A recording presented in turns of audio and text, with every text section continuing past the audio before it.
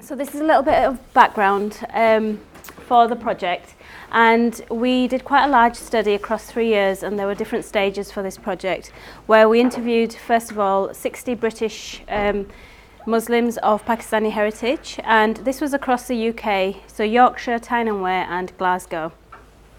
After the in-depth interviews, we actually did, in stage 2 of the project, we did 12 workshops across these research sites, again with young British Muslims.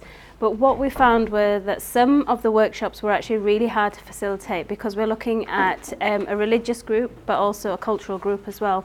So for example, LGBTQI workshops were actually really difficult to get young people engaged and get them facilitated. This is not to say we didn't have any individuals who identified as lesbian or gay or queer in the project. We did, but just to get these workshops facilitated and organised, they were really challenging for us. Other things were mixed groups. It was quite difficult to get some mixed groups of young Muslims engaged and really thriving, because sometimes there was that uncomfort level of when you talk about sexual relationships, you know, men talk about certain things and women talk about certain things. And I don't think this is necessarily just limited to Muslims. I think for young people, just talk about relationships is quite tricky and challenging anyway. So these were a few challenges that we had, but we did run 12 really successful workshops across Yorkshire and Scotland. Tyne and Wear were a little bit limited, but we did more community interview type workshops which ran really well in Tyne and Wear. The age group that we were really focusing around were 16 to 30, so I just missed out on that, well, quite significantly, but I'm not a young person anymore. But it was really interesting to hear their side as well, and we actually found that the differences between the 16-year-olds and the 30-year-olds were actually quite significant. So even our young workshops were broken up sometimes into young and young old age groups as well.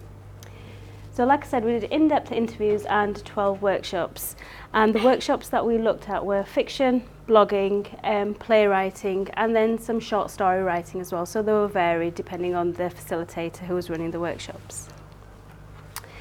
So before I get into the theory side, I just want you to watch one of the videos that we created from our project. It's a fantastic series of films that we've created. They are available on YouTube. So on the Storing Relationships YouTube channel, there's about 12 to 13 films. So we've got a couple of methods films on creative writing in there, which are really interesting and useful for if you're doing projects with community groups, if you're doing participatory research, but also if you want to have a look at what the issues are for young Muslims and their thoughts and feelings about sexual relationships as well. We have a mixture of men and women reading short stories, fiction pieces and blogs, which are really nice to listen to. So that's one of the films that we created, and you can really see how creative writing actually is a good method to get people to speak, especially when we talk about taboo subjects. Right. So the reason that we're conducting meaningful research with this group of people is there's several layers here, because first of all, they're young people. Secondly, they've got a cultural and religious group attached to them, which makes it even more difficult for them to speak. And for many young people, it's difficult to speak about sexual relationships anyway, to know what they want, to put their experiences and desires into words is really hard. So for young Muslims, especially in Western countries who are born here or even who are just experiencing particular types of relationships, there are complications. So we all know the stereotypes that exist. You know, young Muslims are forced into marriages, they have arranged marriages. So there's even more, because they're also speaking in the shadow of Islamophobic and racist stereotypes, which are really rife at the moment in media, on TV, and just in society, which is it's a reality that they're facing. So on the other hand, what we have is that young Muslims, what they can say about relationships and the things that they do are also shaped by their communities and the families that they live in as well, what their expectations are, how they're supposed to live their lives. So whilst they're trying to get on with this really interesting stage of their life about having relationships, there are all these challenges that they're trying to negotiate. And they're trying to make sense of how they can express themselves, especially when they have these barriers about not being able to express things like talking about sex, talking about a love marriage, talking about other things that might be happening. So the reason that we use creative methods was really to allow young people to have a space for them to speak. And it's not necessarily that these are experiences that they've had. So a lot of the young women and even men who were talking wrote often about marriage. And not all of them were married or even were having prospects of being married. It's just an idea that they had. A lot of them talked about a loveless marriage, you know, that fear. And it's not just necessarily, again, this religious community. It might just be a young people's fear of being married and experiencing married life. Other things that came up were having relationships, you know, that annoying boyfriend that they have who just gets on their nerves.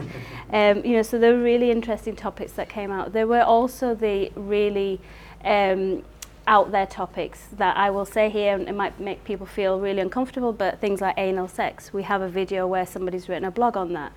And these are things where they actually got to a stage through creative writing to become so comfortable that they could actually express certain topics that, you know, people would never even say out loud. So the reason that we found a lot of young people were saying that they can't talk about certain topics is this fear that there's always someone out there. And for young Muslims as well, like I said, there's cultural, religious, community and family restrictions as well. Not necessarily restrictions, sorry, that's probably the wrong word, but challenges that they have in what's expected and what's acceptable as well. So Safa says, you know, we can be the most outspoken, confident, and even someone who's not very religious, but there's always someone out there. Because for me, it's not even so much, I don't really care that about myself. It's more, I don't want someone to say to my mum or my sister, do you know, this is what she's written. So that's what it's about. So when we're talking about sexual relationships, we're not just talking about what people can and can't say, we're also talking about what they can and can't write about. So it's a matter of judgment and taste as well. So these are the other conflicts that we really found within these methods came out, because it's that fear of judgment of others, but then they also have a limit where they feel that it's a matter of taste of what they can and can't write about. Bodo is a really good person to reference for taste and judgment, which really applies to this. The other thing is, the contrasting element that we had was the facilitator myself. I had a shared background, and our authors and writers were also from not just necessarily a Pakistani Muslim background, but they might be Muslim women or men as well, so they had some understanding. In our project, we did have non-Muslims as well who were part of the project, so that we weren't just insiders, so to say. I was working in Scotland for quite a long period of time. I have family in Scotland, but I'm not Scottish. So even that was a big challenge for myself, because I was seen as English, you know, so that took a lot of negotiation and a lot of trust building as well. So the thing is, we, using our methods, we were very careful to negotiate how we would work these methods, and we actually used local authors and writers from the places that we held the workshops, which really worked. So one of our authors, she was from Scotland during this workshop, and she just said out there, I'm a Scottish Muslim woman, challenge it, challenge what you can and can't say. And she said, there's a thing we're talking about writing, nothing should be off limits, nothing should be taboo, nothing should be that you can't write about it. Why? Challenge it. So this is another part of the methods where we actually had the facilitators were challenging young people and saying, you know, challenge yourselves in what you can express, but also what you can write as well, which was really useful in using creative methods for research. Spivak has a 1994 paper about responsibility, which is really an interesting piece for creative writing and using creative methods, where she says that we as researchers have a responsibility to allow people to speak.